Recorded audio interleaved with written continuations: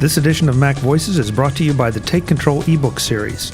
The answers you need now from leading experts. Get them all at takecontrolbooks.com. Hi, I'm Chuck Joyner. MacVoices is in Las Vegas for NAB. This time, though, we're at the SuperMeet in Las Vegas. I'm talking to Skip about Quiver. We just had a great conversation. He helped me understand what Quiver does, and I think it's important maybe that you find out what Quiver does. Skip, it's great to have you. Thank you very much for having us. So, Skip, I'm just going to turn you loose. What does Quiver do, and what is your mission here at the SuperMeet to try to get the word out?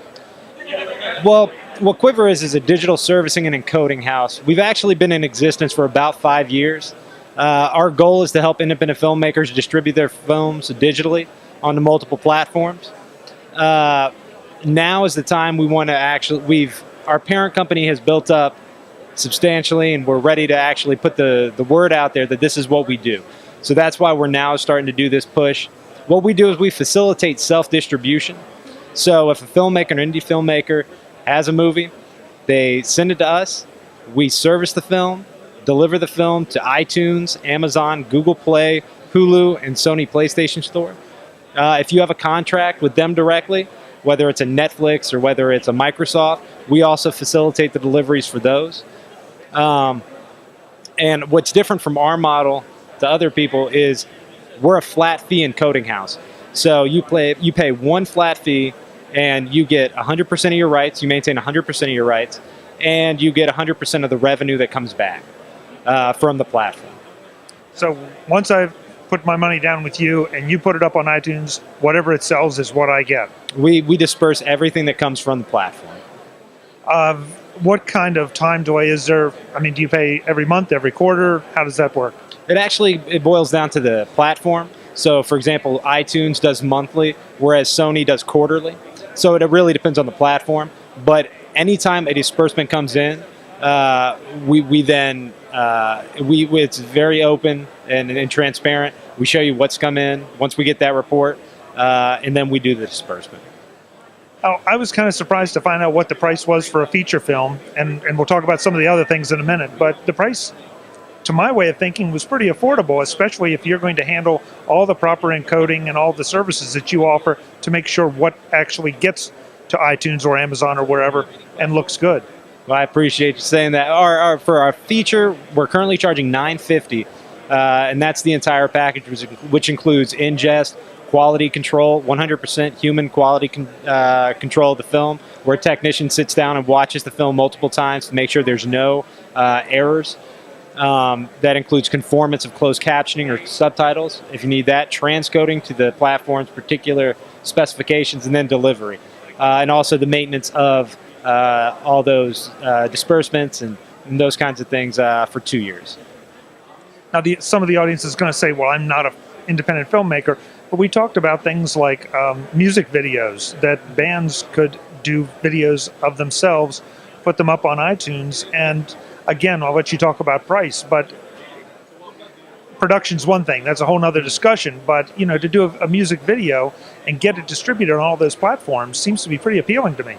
For music videos, we currently charge $100 for the same thing that we do for the features, but for the music video.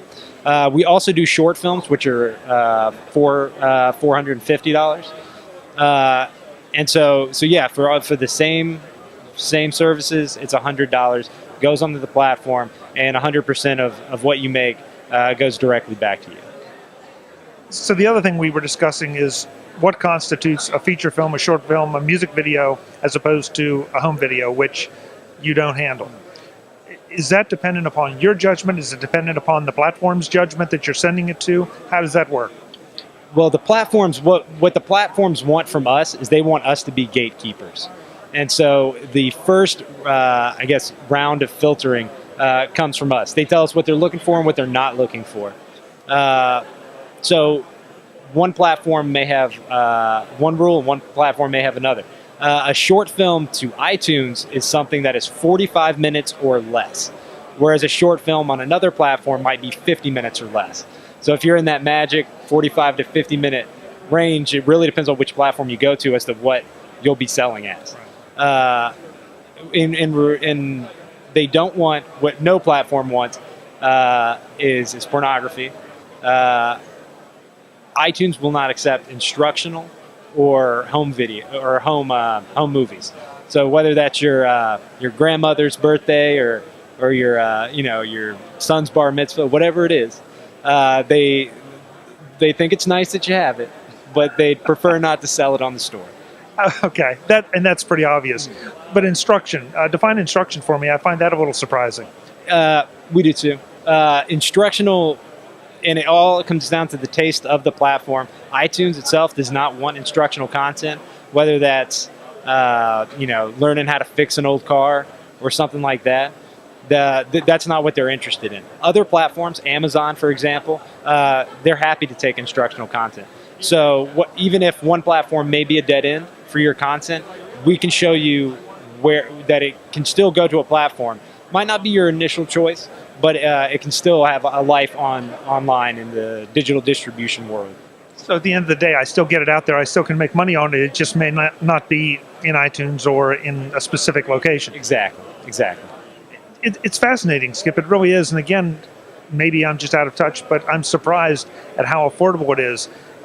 If you put that kind of money into the budget for the distribution, a lot of projects suddenly become a lot more viable, I would think. Absolutely. One of the things we at Quiver want to do is educate filmmakers that if they put distribution into their budget, if they factor in that $9.50, they can guarantee themselves distribution on iTunes. And so, just having that in the budget from the get-go, if they do get picked up by a studio, by all means, we want to educate first and foremost. And if there's a better deal that you get, take it. By all means, we wish you the best. But, if you have that in the budget, ready to go, you're guaranteed 100% that you will be on iTunes. With our short film content, what a lot of our filmmakers do is when they do that, they're able to, maybe they don't make, millions of dollars. Not a lot of short films do. But they're able to fund their next film, which is really the dream for most filmmakers, is just to keep working. So whether that's, one film funding the next, we can help facilitate that. And that's really what we want to do. Where do we send folks to learn more? Because there's obviously a lot of questions that I'm not going to ask that they're going to have specifically. Where do they go? Absolutely. Our website is quiverdigital.com. And any questions you might have, our email is on the site, but it's info@quiverdigital.com. Skip, thanks so much. I really appreciate it. It's been fascinating. All right. Thank you very much for having us. Have a good SuperMeet. You too. Folks, MacVoices will be back in Las Vegas at the SuperMeet. I'm Chuck Joyner. Thanks for watching. Visit MacVoices.com for links, show notes, to subscribe, to connect with Chuck on Twitter, app.net, Google+, Facebook, and for more Apple, Mac, and tech-related shows, including Mac Voices, Mac Notables, the Mac Jury, and the Mac Voices Briefing. Advertising handled by Backbeat Media at backbeatmedia.com.